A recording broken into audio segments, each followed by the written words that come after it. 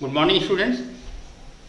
आपको पहला chapter SST का हिस्ट्री एंड इट्स सोर्सेस, इसके कौन कौन से साधन से हम अपने इतिहास के विषय में जानकारी प्राप्त किए, ये आपको बताया गया। इतिहास को 3 भागों में बांटा गया है। बताया गया आपको प्राचीन इतिहास, मध्यकालीन इतिहास और आधुनिक इतिहास। इनका समय का भी अलग अलग टाइम जो बीसी और एडी के द्वारा दिखाया गया, ये आपको ही बताया गया था। इसके आगे हम अब सारंगदेव से आगे जो हमारे संस्कृत के संगीत के बहुत विशेषज्ञ थे, यहाँ से आगे पढ़ाया जा रहा है। सारंगदेव कंपोज संगीत रत्नाकर। सारंगदेव ने एक संगीत रत्नाकर कंपोज किया, लिखा। Chandbardai praise a lot of king Prithviraj Chauhan in Prithviraj Raso. Chandbardai एक कवि थे जिन्होंने अपनी किताब पृथ्वीराज रासो में पृथ्वीराज के बड़ाई की अधिकतर बातें लिखी। इसके अलावा कुछ जो धर्मनिरपेक्ष जो साहित्य था उसके विषय में भी लिखा गया। उसमें ड्यूरिंग वो मुगल काल में ही लिखा गया। We throw light on the society of that period, जो उस समय का समाज के ऊपर प्रकाश डालता है। Variety of text books existed in this time, और कई तरह की किताबें उस समय के काल में मिली। There was no printing press in those days, so books were written by hand. उस समय कोई प्रिंटिंग प्रेस नहीं था, जो भी किताबें लिखी गई वो हाथ से लिखी गई। स्क्राइब्स कुपायड मैन्युस्क्रिप्ट बाई हैंड, और जो भी बुक्स उस समय लिखी गई सब क्या से बाई हैंड थे, चाहे वो पत्ते पे लिखी गई मैन्युस्क्रिप्ट था, चाहे दीवारों पे लिखी गई, सब कुछ हाथ से ही लिखा गया। Manuscripts were costly and were within the reach of royalty and priest class. Manuscript थोड़ा सा महंगा पड़ता था, क्योंकि ये पाम के लीव्स पे ही लिखा जाता था। ये लोगों के लिए महंगा पड़ता था। दीवारों में उसके लिए पत्तों की लाना, पत्तों को तोड़ना, उस पर लिखना, और ऐसी चीज़ से लिखना जिससे वो मिट ना सके, वो महंगा पड़ता था। ये केवल रॉयल्टी एंड प्रिस्ट क्लॉस के लिए था ही, केवल शाही परिवारों के लिए और जो उनके पुजारी थे। Common people had know reach towards the hand retain manuscript. आम आदमी के लिए वो नहीं था manuscript. कॉपिंग work was also difficult. उसको कॉपी करना, उसकी नकल करके दूसरा चीज़ बनाना, ये भी आसान नहीं था, बहुत कठिन था। They were kept in libraries and archives. ये संग्रहालयों में, पुस्तकालयों में रख दिया जाता था। We do not have any original manuscript. हमें कोई भी अब तक मूल प्रति उसकी जो ओरिजिनल है वो प्राप्त नहीं हुआ, उसकी कॉपियाँ प्राप्त हुई। The copies made by scribes help us to guess about the period. ये हमें केवल गेस कराता है, संभावनाएं ये उपलब्ध कराता है उस समय की मैन्युस्क्रिप्ट का, क्योंकि उसको कॉपी करके लिख करके रखा गया। This period saw emergence of new language such as Arabic, Persian, तुर्कीज।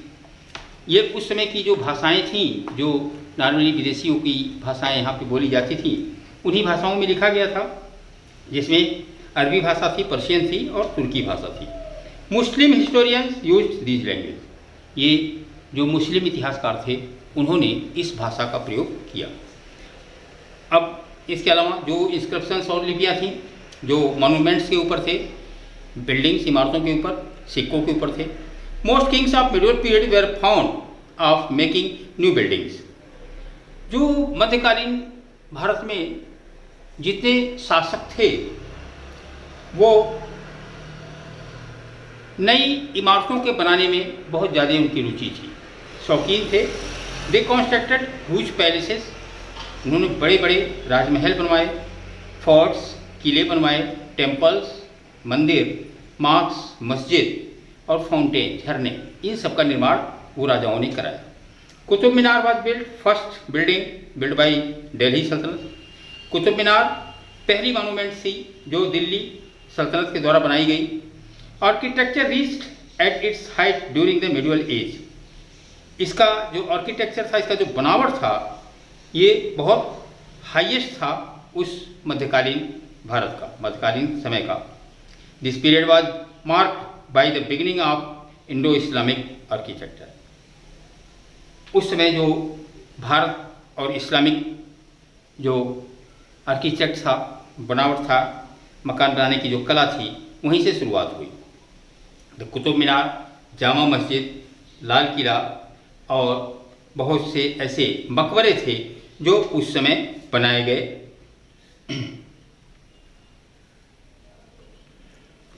The queen's of Delhi सल्तनत, the Mughal and the Cholas give lot information about the political, economic and cultural life. उस समय के जो सिक्के थे मुगल काल के और चोल वंश के, वो बहुत सारी सूचनाएं राजनीतिक और आर्थिक सभ्यता के विषय में उस समय के हमें बताते हैं। The study of coins is called numismatics. हम क्वाइंस की स्टडी को मिनिस्मेटिक्स कहते हैं, सिक्कों का अध्ययन। The person who studies this coins is called numismatics. जो इनका अध्ययन करता है उन्हें हम सिक्कों का विशेषज्ञ कहते हैं। The painting of the medieval period even as Mughal, Rajasthani, miniature, hunting costumes and jewellery. उस समय जो और भी सूचनाएं हमें जो प्राप्त हुई मुगल काल की, उसमें जो राजस्थानी वेशभूषा पेंटिंग से ही प्राप्त हुई। राजमहलों में रहने वाले लोगों का वेशभूषा, हंटिंग, शिकार के लिए कस्टम्स, उनका जो रीति रिवाज था, कॉस्ट्यूम्स, और कस्टम्स में उनका रिवाज जो था पहनने का, और कॉस्ट्यूम्स यानी कि जो वस्त्र थे उनके और जो आभूषण थे, ये हमें मेडिवल पीरियड का याद दिलाता है। सिमिलरली स्टैचू ऑफ गॉड्स, भगवान की जो प्रतिमाएं थीं, kings and queens give us information about the hair style. और उनकी जो राजा और रानियों के जो हेयर स्टाइल था, बालों का जो रखने की जो स्थिति थी उनकी, वो, और उस समय के जो ऑर्नामेंट्स थे, यानी कि हीरे जवाहरात के जो लोग पहनते थे, आभूषण पहनते थे, गहने, कॉस्ट्यूम्स और जो उनके वस्त्र थे, वो सब उसमें दिखाई पड़ते हैं। इंस्क्रिप्शंस और रिटन रिकॉर्ड। इंस्क्रिप्शंस क्या है? लिपियाँ हैं जो लिखित रूप में है, इनग्रेव्ड एज रॉक, और ये इंस्क्रिप्शंस खोदाई करके लिखा गया चट्टानों पर, स्टोन, पत्थरों पर, कॉपर प्लेट्स और तांबे के प्लेट्स पर, टेम्पल वॉल्स, मंदिरों के दीवारों पर, ये सब पे लिखा गया। The study of inscription is called epigraphy. हम इन लिपियों के जो अध्ययन को हम इपिग्राफी कहते हैं। These are royal order or land grounds and give us information of that period. ये रॉयल ऑर्डर था, यानी कि जो समय जो राजा होते थे, शासक होते थे, उनके आदेश से ही लिखा जाता था, जो उस समय की पूरी सूचना हमें उपलब्ध कराता है। न्यू टेक्नोलॉजीज, नई तकनीकी were introduced in this period. इसी पीरियड में नई तकनीकी का भी परिचय हुआ। Among them that is significant technological developments were the use of, जो मुख्य रूप से विशेषतः जो विकास हमें तकनीकी विकास हुआ, उसमें से पहला पर्शियन व्हील का था। इन इरिगेशन, सिंचाई में जो हम प्रयोग करते थे, उस व्हील को चलाने से पानी नीचे से हम ऊपर की ओर करके उसको चला करके हम सिंचाई का काम करते थे। Spinning wheel is weaving, fireman in combat, उसको व्हील को चला करके हम अपने खेतों की सिंचाई कर लेते थे और आग बुझाने का भी काम करते थे। Now food and beverage like potato, corn, chili, tea, coffee are introduce. उसी समय आलू और मक्का, मिर्च, चाय, कॉफ़ी, ये सब भी उसी समय ही हमारे देश से इनका परिचय हुआ। न्यू डिशेस, नए जो भोजन थे, सच एज बिरयानी, कोरमा, पुलाव, ये सब भी मुगल काल में ही विकसित हुए। यात्राएं, you will be surprise to know that despite of the lack of modern means of communication and transport, people and especially the historians traveled far places। आपको ये जान करके बड़ा आश्चर्य होगा कि संचार के माध्यमों को न होते हुए भी, कमी होते हुए भी, और यातायात के संसाधनों के न होते हुए भी लोग इतिहासकार बहुत दूर तक की यात्रा कर लेते थे। India was a centre of attraction due to the rich trade and wealth. Bharat आकर्षण का केंद्र था व्यापार और समृद्धता के विषय में। India was known for spices and handicrafts. ये हमारे हैंडीक्राफ्ट थे, हथकरघा उद्योग, सूती उद्योग था और मसालों के लिए ये विशेषता जाना जाता था। इन दिस पीरियड राजपूत और क्षत्रिय इमर्ज पावरफुल। इस समय जो राजपूत राजा या क्षत्रिय राजा जिसे कहते थे, ये बहुत शक्तिशाली थे। Rajput were popular for their loyalty and sacrifice qualities for the honour of the motherland. जो राजपूत राजा थे ये बहुत लायल होते थे, विश्वसनीय होते थे और अपनी मातृभूमि की सम्मान के लिए ये सेक्रीफाइस कर सकते थे, बलिदान भी दे सकते थे। They preferred to die in the battle ground than to serve others. दूसरों की सेवा करने से अच्छा ये मर जाना ही अच्छा समझते थे।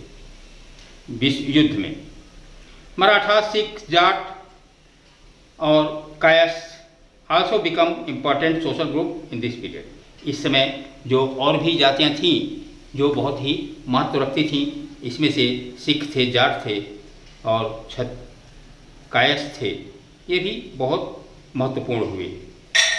इन this period, in medieval period, forest tribes were forced to leave their forest as the spirit of agriculture was on this its way।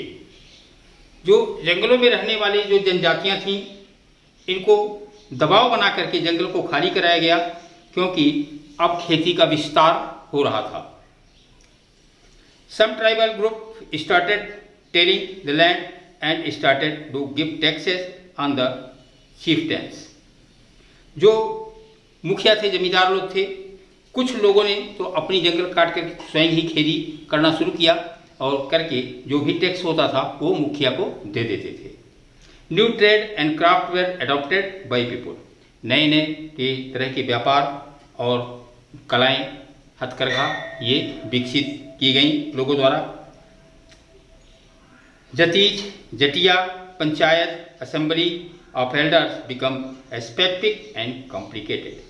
उस समय जतीज जो निम्न वर्गों में एक पंचायत की जाती थी आपस में, जटिया पंचायत जाट लोगों की जो पंचायत थी, असेंबली ऑफ एल्डर्स बड़े लोगों का एक मीटिंग होता था जो बुजुर्ग लोग होते थे।